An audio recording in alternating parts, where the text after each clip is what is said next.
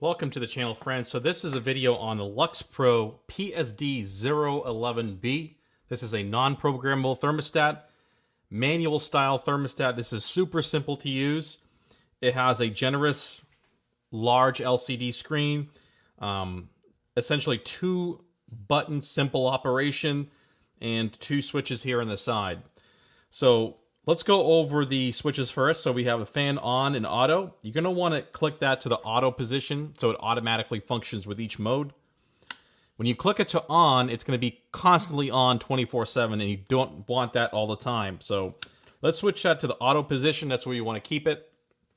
And then you have your options here of heat, off, and cool. Each mode is designated for its operation. So very simple. All you have to do is make sure you either want heat or cool, and then dial in your temperature. So we're in cooling mode right now. We're going to go dial in a set point of 72. As you can see, it says set. It flashes, and then it's going to go solid. And that's going to be your room temperature. Don't get it confused with the set point. So to see and confirm your set point, you just click this once. And that's going to show you your set point. And back to the ambient room temperature. So that there is a confusion people have. They get confused with this number here, thinking it's what they typed in as their set point, which is not correct. Your set point is always going to be there in the background. So this is a very simple operation. If you're looking for a super simple device, this is it. It's a simple 2-button thermostat, 2-switch.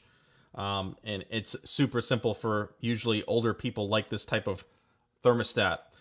I also want to go ahead and show you guys the configuration settings on this thermostat, and that is available to you when you expose the back side of the device.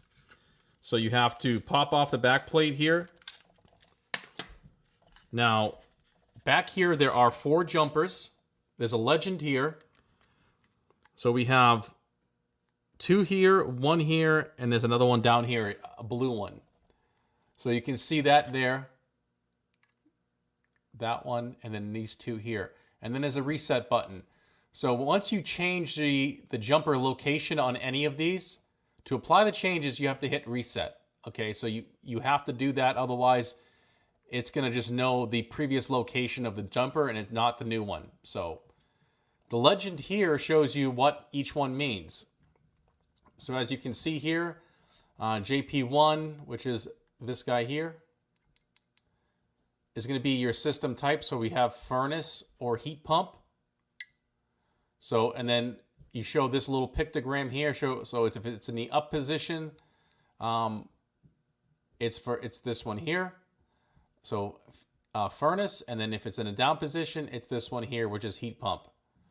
So you have 2 locations available on each jumper. JP2, same thing, it's going to be the scale, so Fahrenheit or Celsius. JP3 is going to be your fan mode or option. It's how the fan functions. So your options are going to be either gas or oil or electric. So according to the type of system you have, you're going to want to have the proper configuration there. And then JP4 is B/0.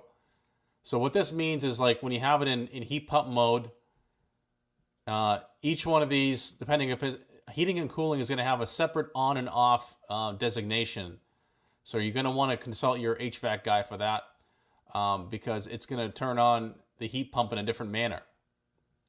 So JP1 through 4, as you can see, JP1, JP2, JP3, it says right here gas and electric. And then JP4 down here.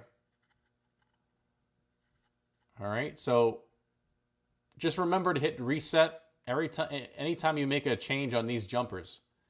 That way we'll apply the new settings and configuration. All right, so that there is the back side of the device showing you the jumpers and also the battery location. This is how you would change the batteries. Very simple. But that there is the full overview of the device, showing you how to easily change the temperature set point. And, whoops, let's redo that.